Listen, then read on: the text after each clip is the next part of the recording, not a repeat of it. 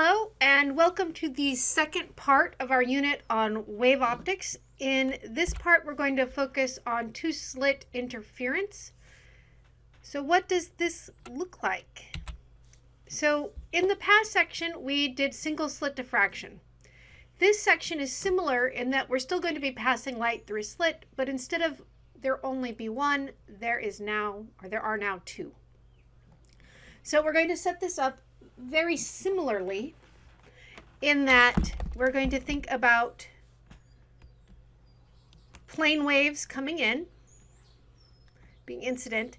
Now these waves are incident on both of these slits simultaneously, which means we get diffraction through both slits.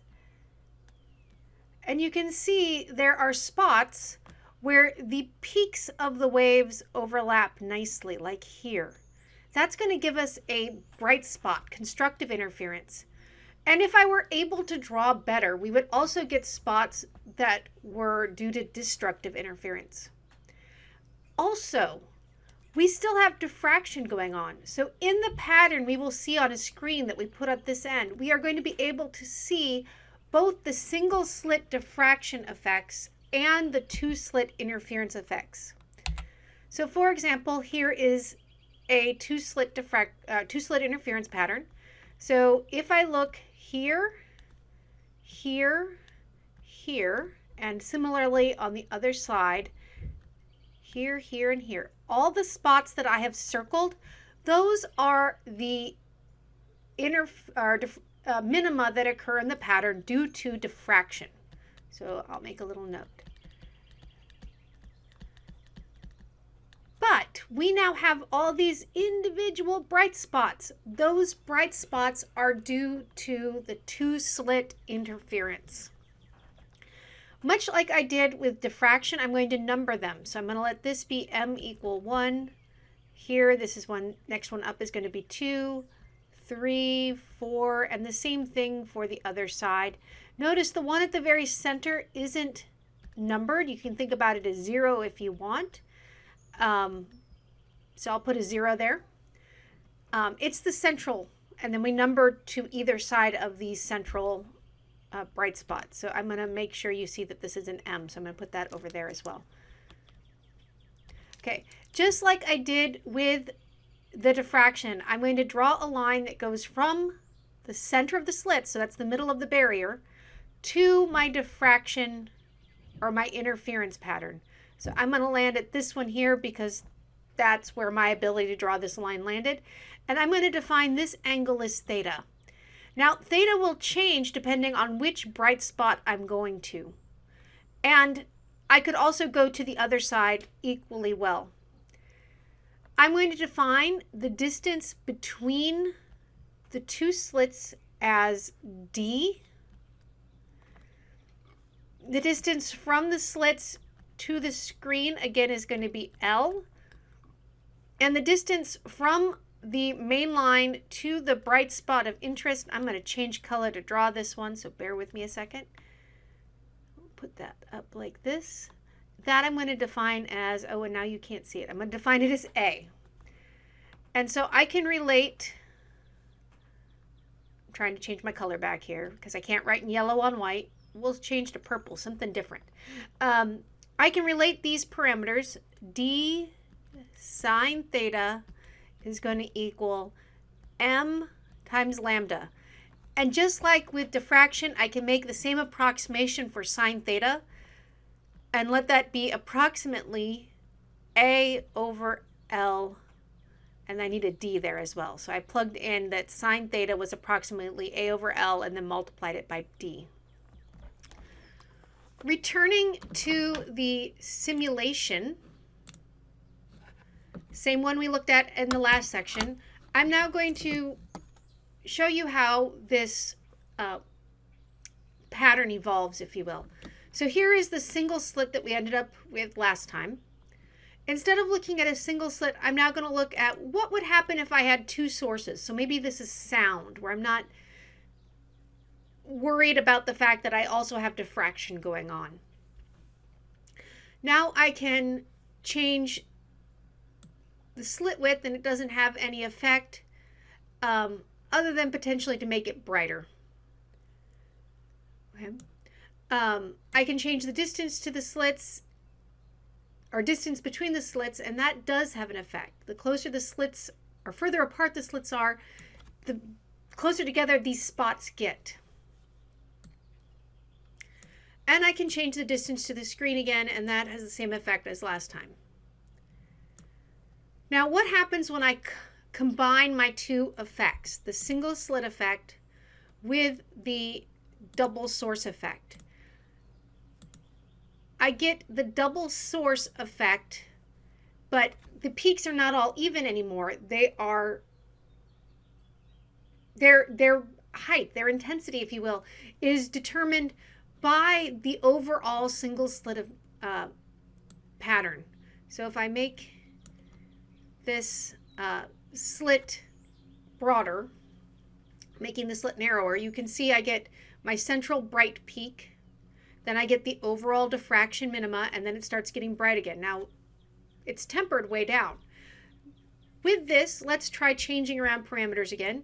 If I change the distance between the slits, now, because that portion of the pattern, the two source effect is narrowing up, there's more peaks under that central peak, if you will. I can change distance to the screen, and that will make everything broader or narrower, depending on which way I go. If I change the slit width, it changes the width of the overall pattern, but notice it doesn't do anything besides change the scaling on the little peaks underneath.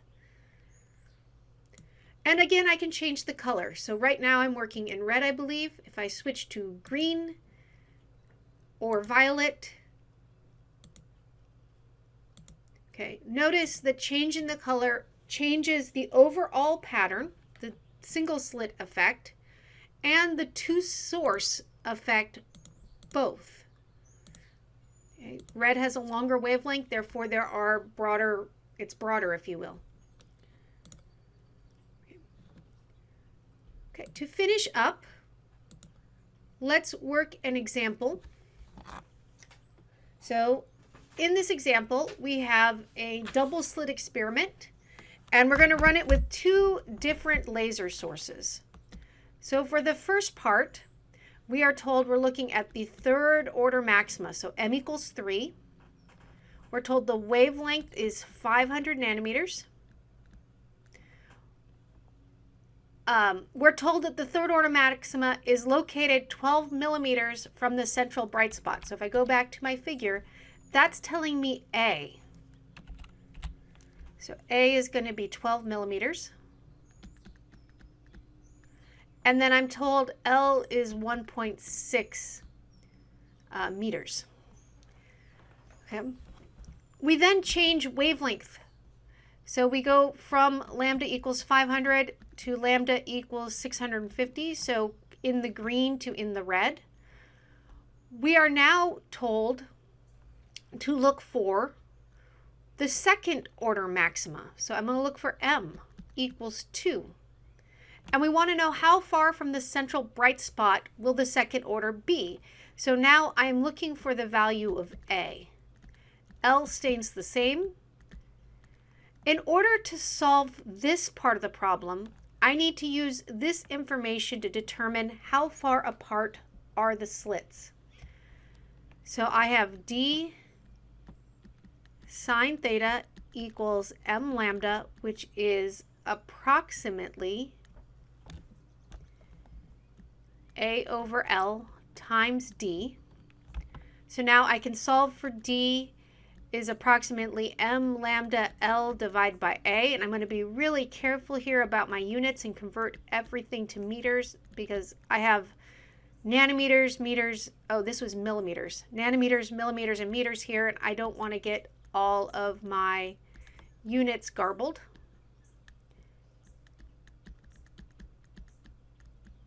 If you put that all in, you get D is 2 times 10 to the minus 4 meters. I can now bring this number up over here and solve for my new value of A. So I'm going to start with the approximation. D is approximately M lambda L over A, which means A is approximately M lambda L over D. which is 2 times... Oh, I plugged in the wrong unit here, or wrong wavelength. I'm sorry. The calculation is correct because I was reading off the paper where I did it correctly. I just wrote it wrong. So this one should have been 500. Minus 9 meters times 1.6 meters. Divide by d, which is 2 times 10 to the minus 4 meters. And I get A is approximately 1.04 times 10 to the minus 2 meters. Now, I looked at this and I said, oh, does that behave correct? Originally A was 12 and now A is 1.04 or 10.4 millimeters. And it dawned on me that I cannot make this comparison. And the reason I can't compare my original value to my new value to make sure that it is behaving correctly is because I changed my value of M as well. So I'm not comparing the same situation in the two cases. This concludes this part of this unit. In the next part, we're going to look at thin film interference and polarization.